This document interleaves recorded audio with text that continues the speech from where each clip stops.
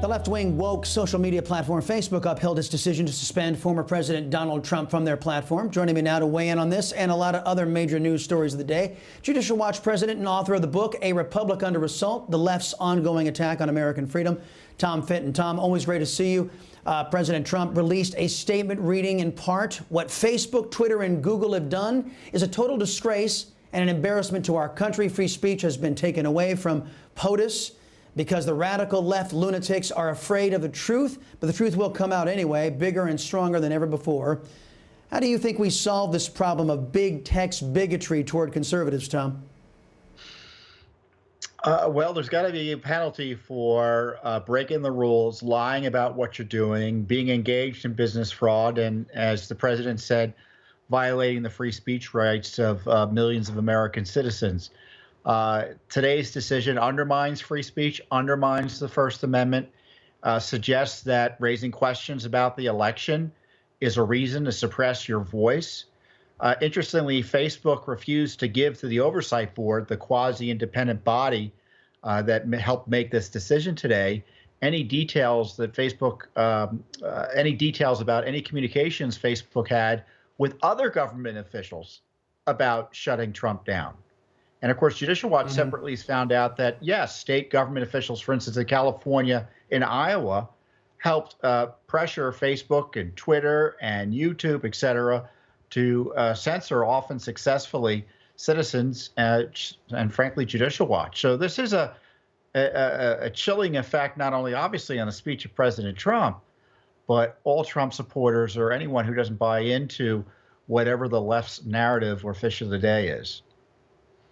And we know that Facebook gave a lot of money to, I think it was, if I remember correctly, what I read was primarily left-wing precincts out there for the election to bolster their left-wing election turnout in their particular areas, but didn't do the same for Republicans. And that's what I wanted to ask you about, the legal distinction as opposed to what Facebook really is. They're a private company.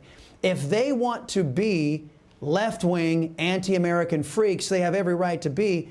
They don't have the right to violate antitrust laws, which I think that they have done so, and so is Twitter and Google and others. But if they want to be left-wing, isn't that okay?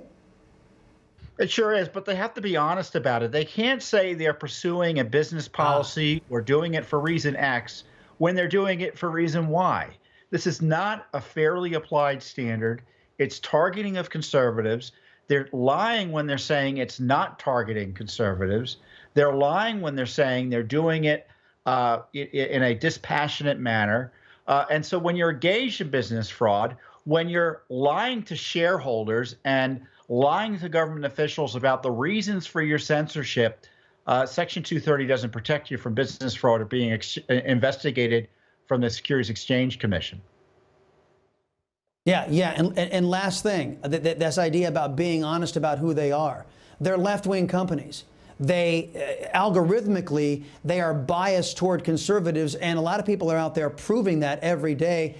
So shouldn't they be forced under fair disclosure or truth in advertising laws? Shouldn't they be by law required to say, hey, we're a left-wing company, we hate you conservatives, and then if conservatives still want to sign up for their platform, A-OK, but they've got to be forced to be honest about who they are, yes? Well, there's enough evidence that they're lying about why they're doing what they're doing in terms of censoring Donald Trump and censoring conservatives. I know I've been directly censored by Twitter, and it seems to me government authorities should investigate them. You know, Federal Trade Commission. Florida now has passed a law that might hold them more directly accountable. And of course, Section 230 doesn't allow you to lie. And the fact is, what they're doing is they're taking material down and changing and suppressing content in a way that essentially turns them into publishers, and therefore they're accountable for everything on their website and liable for it too. They can't have their cake and eat it too. Gotcha. Last thing, we've seen Arizona begin an election audit. Democrats in the biased press and Democrats on Capitol Hill, they're saying it's ludicrous. What do you say it is? Oh, I think it's a useful enterprise to help reassure the American people that our elections were conducted fair and honestly. And the left's criticism of the audit process, I think, is especially ironic because they're talking about all the security and whether it's being done right and correctly or not. I wish they were as concerned about the counting of ballots in the first place.